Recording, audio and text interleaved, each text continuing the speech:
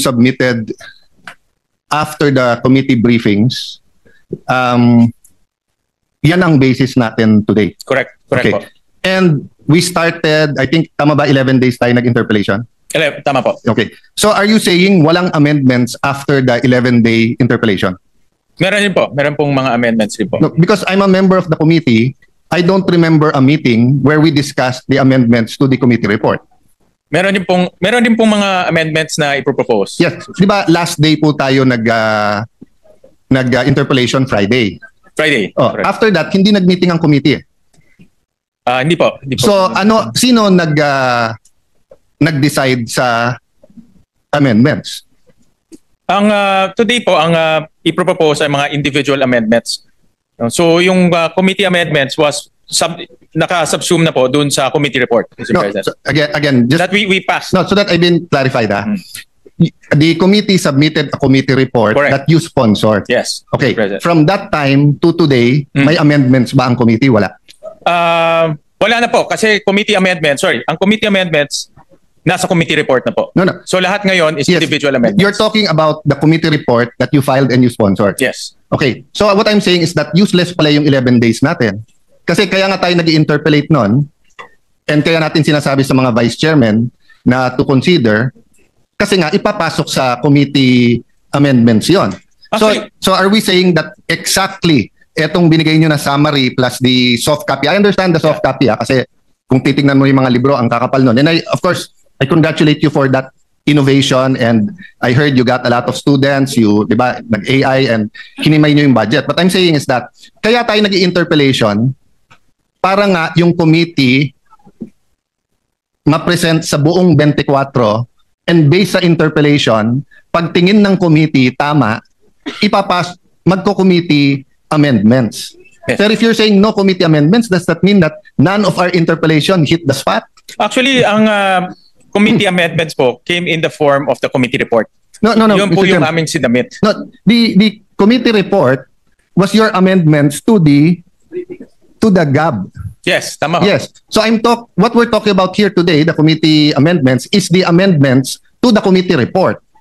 Yung amendments po to the committee report will come in the form of individual amendments. Yes. So I'm clarifying. So there is no committee amendments. Wala po. Kasi Yes, yung committee report po is the committee Yes. amendments. So if there's no committee amendments, that means that none of our interpellation hit the spot.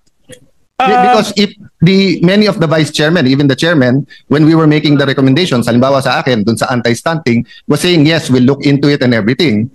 So kung walang committee amendments ngayon, that means we went through the process, the 11 days, but we weren't really talking about it. And there was no committee meeting to discuss nga na walang committee Actually amendments. po, ang process, the committee report is the committee amendments. Kasi inamend ho ng committee yung General Appropriations Bill. So any succeeding amendments will come in the form of individual amendments. Let me correct that, Mr. President, and you correct me if I'm wrong. No, in local bills regarding taxes and appropriation bills, we have to wait for the House of Representatives. So based on their bill, you have a committee hearings, in this case briefing para hindi tayo mahuli, you submit a committee report. But when you submit the committee report, may period of interpellation. Yeah. After the period of interpellation, period of amendments. So dun sa period of amendments, meron pong committee amendments kung nakita yung committee, yung point ng individual members. So unlike an ordinary bill, we have the Senate version. So hindi nyo ina-amend yung sa House. Kasi Senate version kagad eh. So yes, you're correct that this summary here amended the House version, the GAB. But it did not amend your committee report. Because, Mr. President, we agreed several individual meetings, you had caucus sa groups natin, that iibay natin yung proseso and we will make it very transparent. So if what we're saying, Mr. Chairman, I'm saying this with all due respect and I appreciate the work you're doing. If you're saying now that eto na rin yung amendments from the House, I want to point out that parang baliwala naman yung interpellation. Now, having said that, kung eto na yung sa House, in the spirit of transparency, I'd like to know who moved. So for example, no, sa Department of Education, it's good na dagdagan ng 78 billion. Sino ang nag-propose nito? But for example, sa state universities, 9B lang. punong-puno. At saka yung iba per unit napakababa. So hindi maka-keep up yung state universities. If you look at DNR, nabawasan ang budget ng DNR. That's part of why binabaha tayo. It's not only flood control. It's also because of violations to not only rules and regulations of DNR, but because of going against nature. If you look at DPWH from 880, naging 624 sa House, binawasan pa natin ng 55, when all the economists are telling us that yung fastest at best sa ating ekonomiya ay infrastructure. If you look at DSWD, I admire you na kahit ito'y departamento ng kapatid mo, 31B ang nawala. But I think isa sa pinakakailangan natin ngayon yung DSWD. So I can go on and on, Mr. President. But if we're going to say full transparency at eto na yung committee work, wouldn't it be fair that malaman natin? Kasi like ako, ni isa dito, wala akong amendment. Ni isa dito. But I'm a member of all the committees and subcommittee. But no one ever, I was invited to all the briefings, but I was never invited to make the amendments here. So I was thinking, may committee amendments ngayon, and then we can discuss it and vote on it, di ba? Actually, ang nangyari pong process ay because this is a revenue measure, so it emanated from the lower house. At nagkaroon ho tayo ng mga budget briefings, and then nagpadala ho tayo ng notice to everyone in writing that a technical working group will be formed. And may mga senators na nagpadala ng mga amendments sila. Yung mga staff rin ng mga senators were also there para mag-share nung kanilang mga inputs kung gusto nilang mag-amend. And then at the same time, the vice chairman also submitted their committee reports, yung subcommittee reports. So all of those kinonsolidate ho natin during the technical working group. So that became the committee amendments through a committee report. Since this is a revenue measure, all amendments by the committee will come in the form of the committee report. So the succeeding, ito pong ginawa natin naman sa plenary, kung meron pang mga iba pang amendments, it will come in the form of individual amendments. Let me clarify, Mr. President. It's an appropriation bill. Yes. So, sorry, it's an appropriation bill. So sorry. the same, kasi chairman ka rin ng Ways and Means, so the same process, Mr. Chairman. Yeah. Okay. But the thing is, you're talking about the amendment from the GAB, not the amendment from the committee report. And if So be it. Kung yun po ang pleasure ng majority at yun ang proseso. But 'di ba, sabi nga po, you cannot be half a gangster. You're either a gangster or not, 'di ba? You cannot be half a person who believes in values, 'di ba? You believe it or not. So either we believe in transparency or not. So if we're going to ask members now to propose their individual, maliliit yun eh.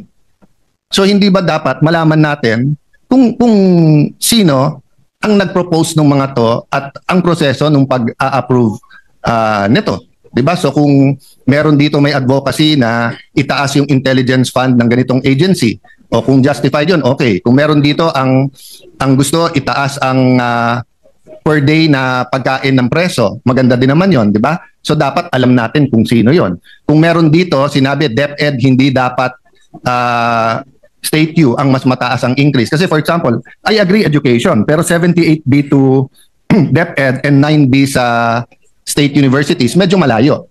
So I'd like to know who proposed this.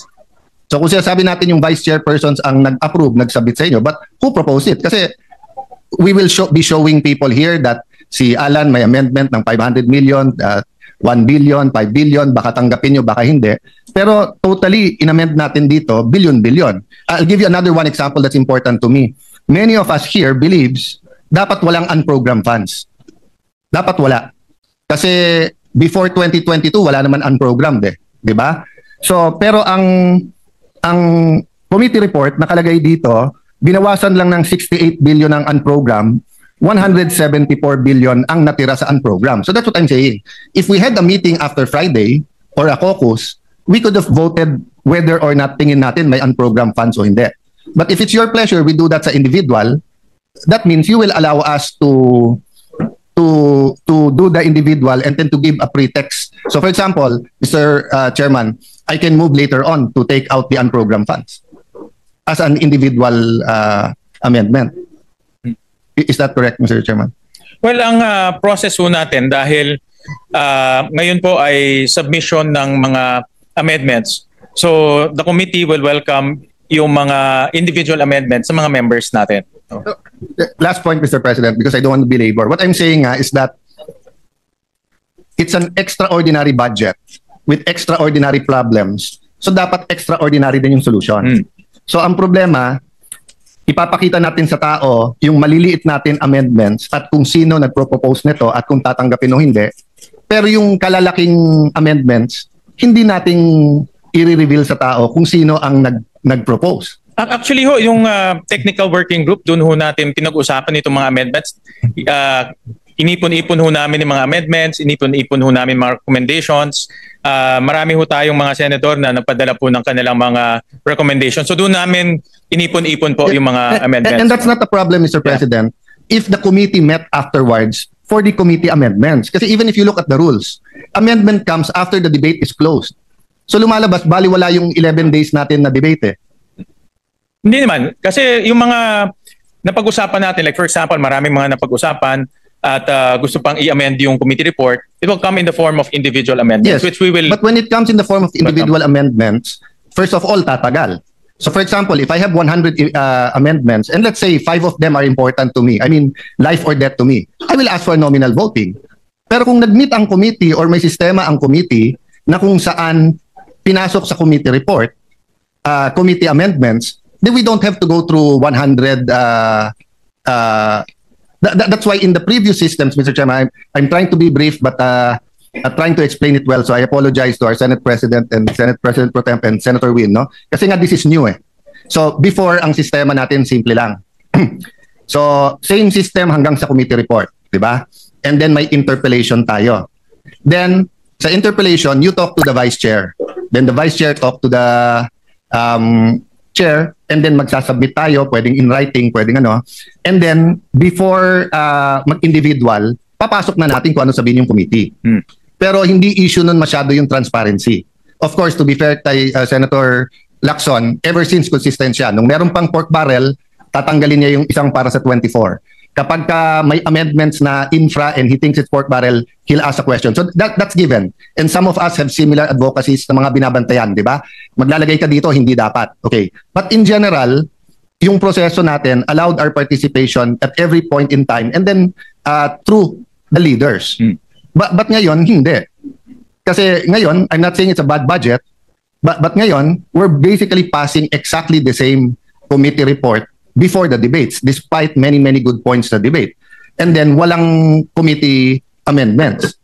So papasok na. So you will have to excuse us if many of us have dozens of individual. Kasi nung araw, because may give and take na doon sa vice chairman at sa chairman, yung mga institutional changes na pag-uusapan yan, whether caucus, meeting, or dito. Ngayon, hindi. Actually ho, dahil nagpadala ho kami ng official letter for a technical working group, the intention was really to lahat ng mga amendments doon na mapag-usapan. Para pagdating ho ng committee report, nandun na yung mga proposals ng ating mga senators. At this was not limited to the vice chairman. Lahat in-invite Yes, ho natin. Mr. Chairman, but that was before the committee report and before the 11-day debates. Diba? So after the 11-day debate, imposible naman na walang magandang punto. Yes, marami po. Maraming magandang punto pero hindi nagre-reflect sa budget. Dito na ho papasok pag present ng mga senators natin. Yes, usually pag magandang dalawa kasi yung magandang punto eh. Yung parang barkada lang, kasama tayo, di pare maganda yan. Pero sorry, hindi namin tatanggapin. Di ba? Okay. Pero yung magandang punto na we all agree. Di ba? We all agree. So since we all agree, dapat palitan na yun. But let me yield first to former Senate President. He has on the same point daw may question daw po siya. With your permission, Mr. President. Before I recognize Senator Escudero, the distinguished minority there may have a valid issue, no? Except that the proposition that the 11-day period of interpellations will not serve its purpose is wrong, because the basis for our individual amendments precisely are our interpellations. Thank you. Senator Escudero is recognized. Mr. President, before that, that was why I asked a rhetorical question. Kasi kung individual lang, we could have gone straight. But that 11-day period, in my view, was to convince the other members na, may consensus tayo dito. And I was hoping, pag may consensus on certain points, yung committee mag-amend. Why, Mr. President? Correct. Kasi pag yung committee nag-amend, malamang hindi matalo yon. Pero pag individual, baka matalo, not because hindi maganda, pero saan kukunin yung pera. But I think we agree, Mr. President. I'm I'm just saying I think we're on the that, same page, except yes, that to say na pointless yung 11-day yes. period between elections. I That's will not an agree to that. assertion. That's a rhetorical question na kung Yeah, walang thank you. committee, does that mean? Thank Yeah. you for that Anyway, clarification. Senator Escudero is recognized.